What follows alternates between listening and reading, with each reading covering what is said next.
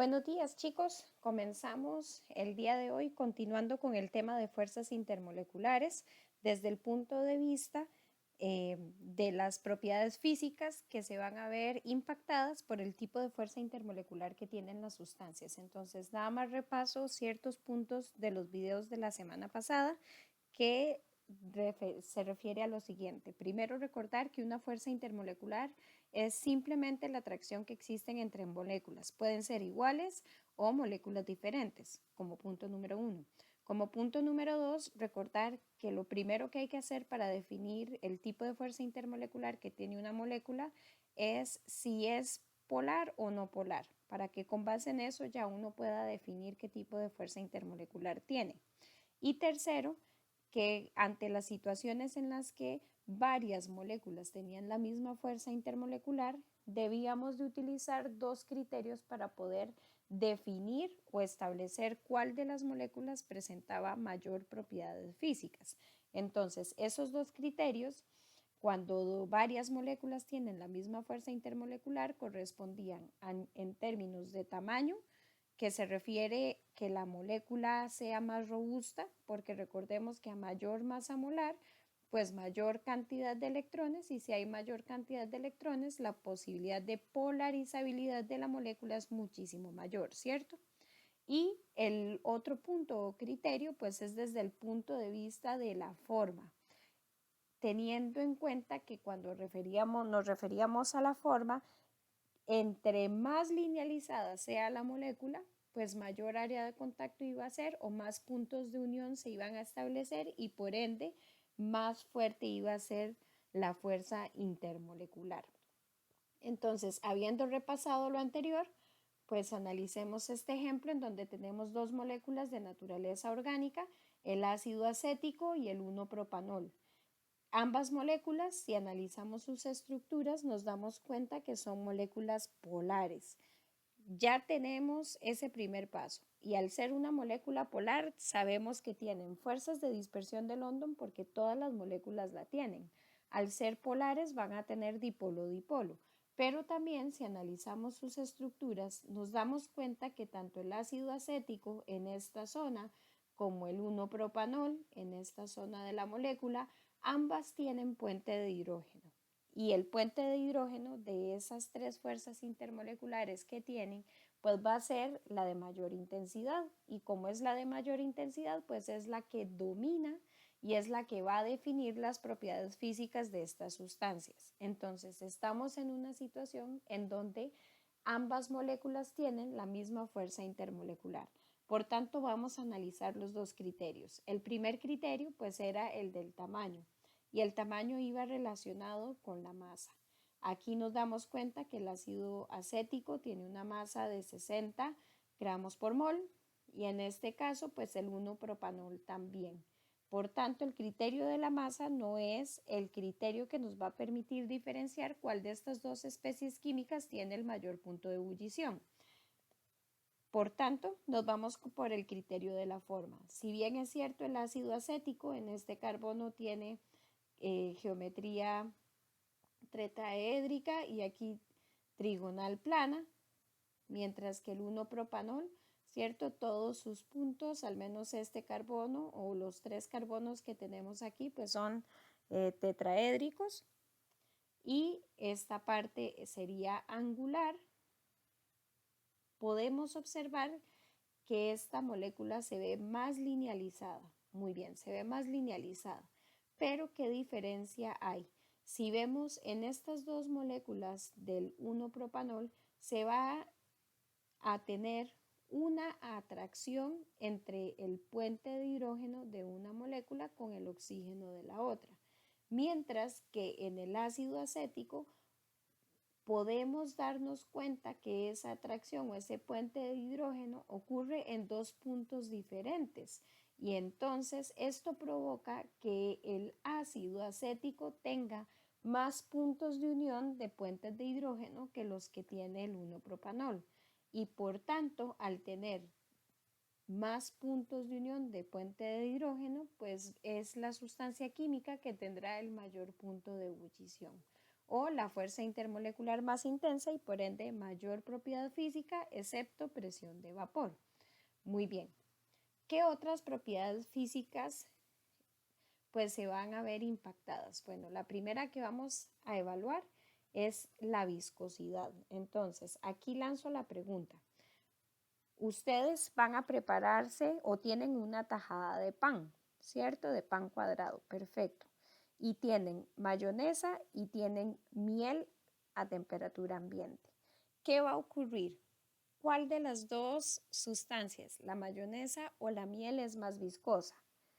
Y aquí formulo otra pregunta. ¿Qué sucede si yo tengo un frasco de mayonesa y un frasco de miel? Quito la tapa y los volteo. ¿Cuál será más viscosa? Bajo esa pregunta podríamos pensar o suponer que es mucho más viscosa la mayonesa.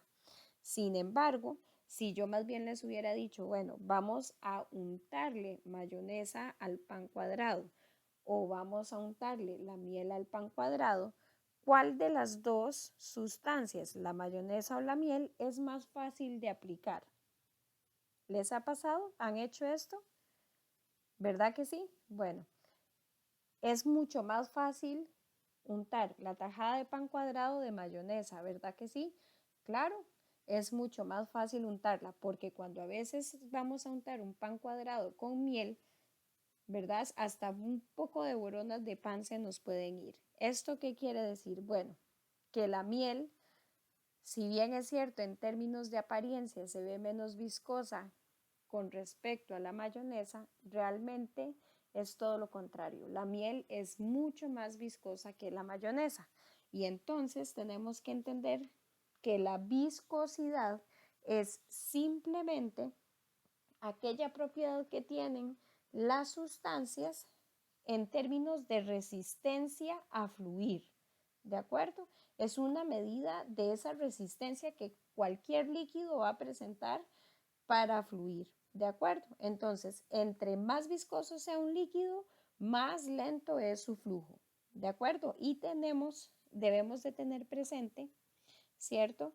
Como podemos ver en esta imagen del aceite de automóviles, pues que efectivamente la viscosidad sí es la resistencia a fluir, pero es a fluir en la mayoría de los casos cuando se les aplica una fuerza pues de rozamiento, ¿cierto? ¿Qué fuerza? ¿Quién ejercía la fuerza en el ejemplo que pusimos? Pues el cuchillo, ¿cierto? Un esfuerzo cortante lo ejercía el cuchillo, ¿de acuerdo? Muy bien. Entonces, efectivamente, vean que aquí tenemos el ejemplo de la viscosidad. En el caso de los aceites para automóviles, aquí tenemos el SAE 40 y el SAE 10.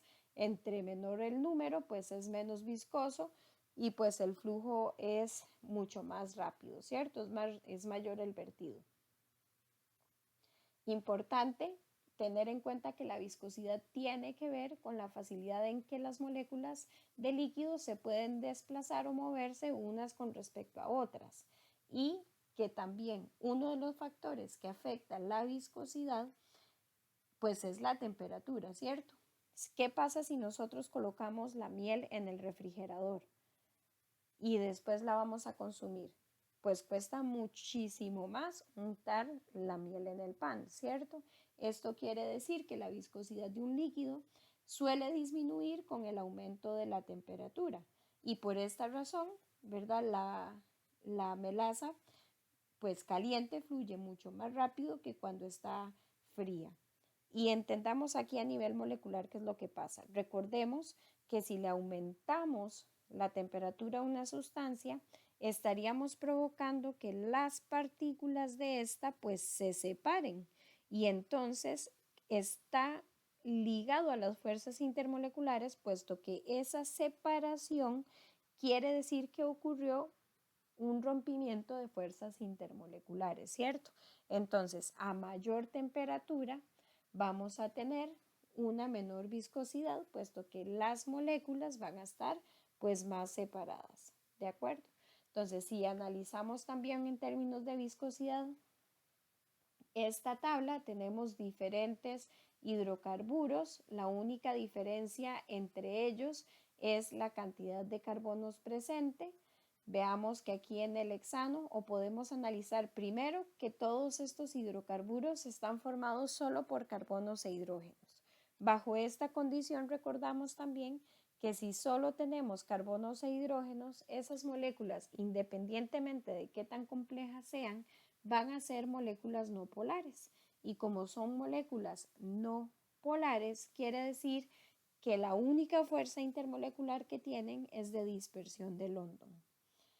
También podemos analizar de todas estas series de hidrocarburos, pues que todos son lineales, o sea, tienen la misma geometría y por ende nos tenemos que ir con la propiedad del tamaño. Entonces, esto quiere decir que el decano, que es la molécula más robusta, es el que va a tener la mayor intensidad en sus fuerzas de dispersión de London y lo podemos comprobar puesto que a mayor fuerza intermolecular, mayor cualquier propiedad física, excepto la presión de vapor, efectivamente el decano vean que tiene pues una viscosidad de 1,42 centipoises respecto a los demás.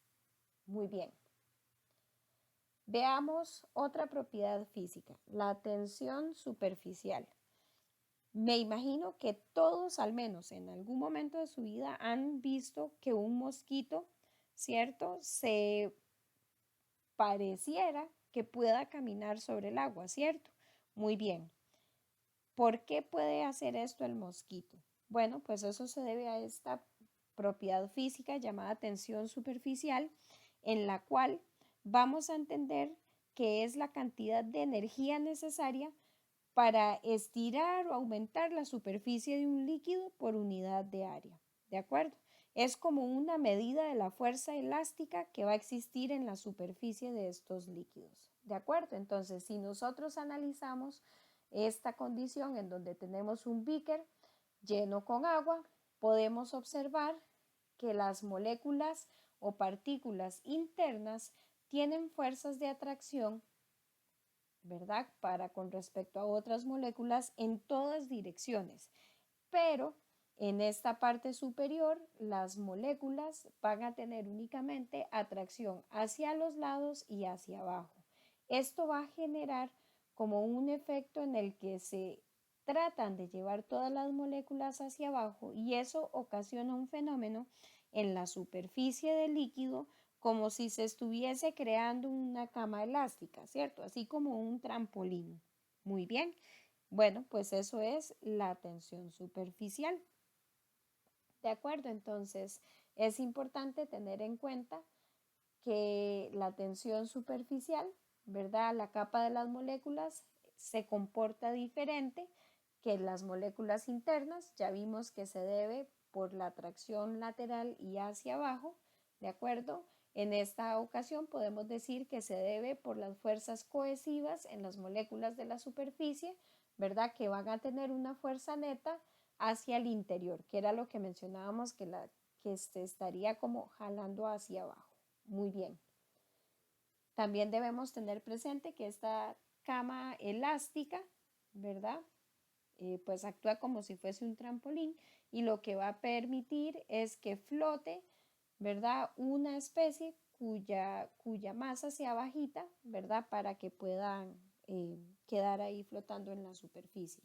¿De acuerdo? Muy bien. ¿Qué factores pueden afectar la tensión superficial? Bueno, pues tenemos que recordar que entre más fuertes sean las fuerzas intermoleculares, pues más alta será la tensión superficial, o sea, va a costar muchísimo más que estas moléculas que generan esa cama elástica, ¿verdad?, se separen y por ende esa cama elástica pues va a ser más resistente. Muy bien. La temperatura, claro, al igual que en la viscosidad, la temperatura estaríamos provocando que las moléculas que se sienten atraídas pues realmente se separen, ¿cierto? Entonces, al aumentar la temperatura de un líquido, esta tensión superficial pues se va a ver disminuida o reducida, ¿de acuerdo? Muy bien.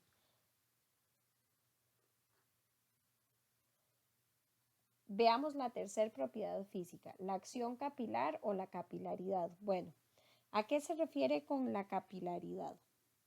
Pues la acción capilar podemos decir que es como otro ejemplo de tensión superficial, ¿de acuerdo? Pero en términos ya así como de concepto, vamos a entender a la capilaridad como esa capacidad que tienen los líquidos, ¿cierto? Para subir o desplazarse a través, ¿verdad? De subir a través de una, no sé, una superficie, ¿cierto? O por un tubo, en este caso delgado, y eso se debe a raíz de la influencia de la gravedad, ¿cierto? Debemos tener en cuenta que entre menor diámetro tenga el tubo, pues muchísimo mayor es el ascenso del líquido. Un ejemplo de la cotidianidad es el termómetro, ¿verdad? De mercurio, que ustedes se dan cuenta que apenas se sumerge en la sustancia, pues el mercurio se eleva rápidamente hasta marcar o indicar la temperatura a la cual se encuentra la sustancia. Entendiendo a qué se debe la acción capilar, pues es simplemente el resultado del efecto de dos tipos de fuerzas que están actuando al mismo tiempo, que son las fuerzas adhesivas y las cohesivas.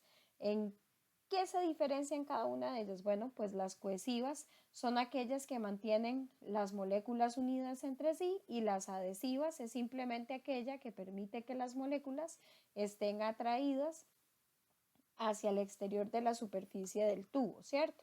Entonces, esto ocasiona en los líquidos, pues lo que llamamos nosotros un famoso menisco, ¿de acuerdo? Muy bien. Entonces, si las fuerzas adhesivas son las de mayor intensidad, ¿cierto? La superficie del líquido o esa última capa, ¿verdad? La capa elástica, pues se va a ver con muchísimo más intensidad y va a jalar generando el menisco hacia abajo, muy parecido a lo que tenemos en el caso del agua o de la mayoría de las sustancias líquidas, ¿cierto?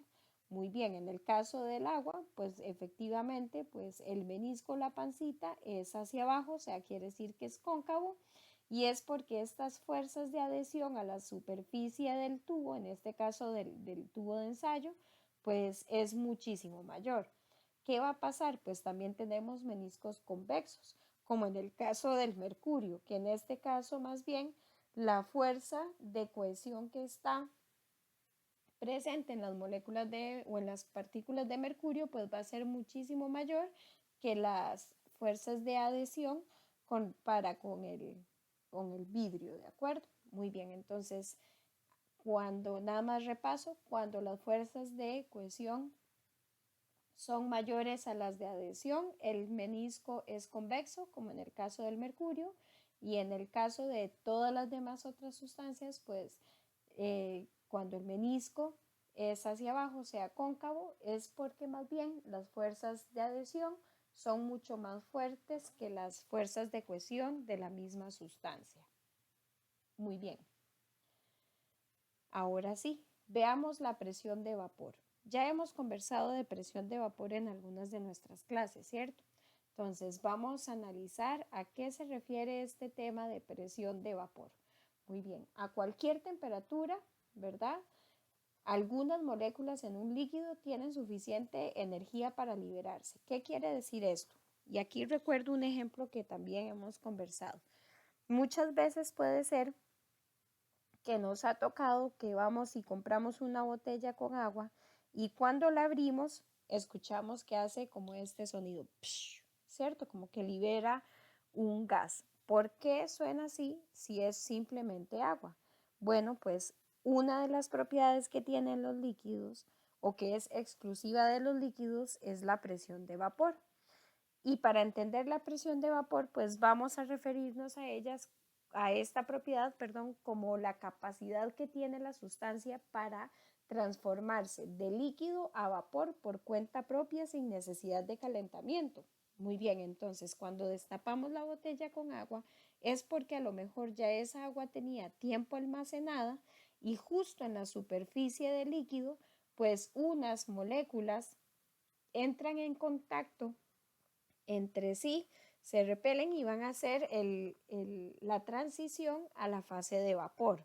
Claro, cuando están en la fase de vapor, recordemos que las moléculas tienen mayor energía del movimiento. Puede ser que algunas de ellas choquen entre sí y vuelven a formar el líquido. Por eso, cuando hablamos de presión de vapor, estamos en una condición de equilibrio líquido-vapor para esa sustancia.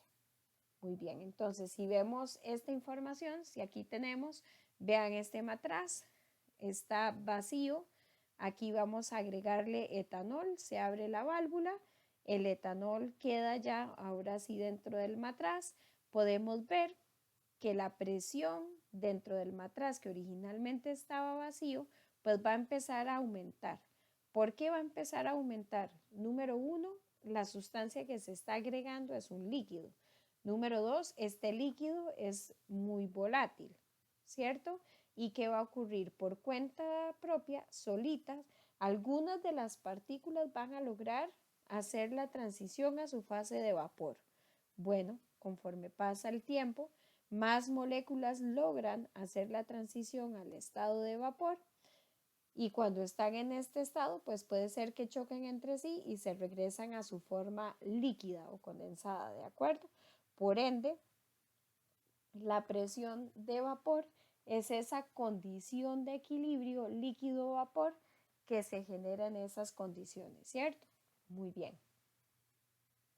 Entonces, conforme más moléculas escapan del líquido, o sea, ¿verdad? Que logren hacer la transición, pues la presión que ellas van a ejercer o la presión parcial que van a ejercer, pues también así aumenta, ¿cierto? Muy bien. Importante recordar que efectivamente cuando hablamos de la presión de vapor es porque estábamos en una condición de equilibrio dinámico. Esto me refería a que las moléculas de líquido pues se transforman o se evaporan en vapor muy rápido y así también pues esas moléculas de vapor chocan entre sí y forman el agua. ¿De acuerdo? Muy bien. Entonces, ¿qué relación tiene la presión de vapor con el punto de ebullición? Bueno, pues todo. Recordemos, o ahorita cuando veamos diagramas de fase se van a dar cuenta que el punto de ebullición del agua, que siempre lo hemos pensado a 100, ¿verdad? Es porque es una temperatura a la cual el agua hace la transición a vapor, pero siempre que se encuentra o que estamos a una atmósfera de presión. Si analizamos este cuadro, ¿cierto? Que tenemos la presión de vapor en función de la temperatura, podemos darnos cuenta, ¿verdad? Que si nosotros podemos, o sea, quiere decir que podríamos o que una sustancia puede ebullir a diferentes temperaturas dependiendo de la presión en la que se encuentre. Por ejemplo, en el caso del alcohol etílico o del etanol, vean que si el punto o el par ordenado toca alguna de las partes de la curva, pues eso es lo que quiere decir, es que está en ese punto de equilibrio, ¿verdad? Líquido-vapor, y vean que efectivamente podrían entonces llegar a ebullir a diferentes condiciones de presión, ¿cierto?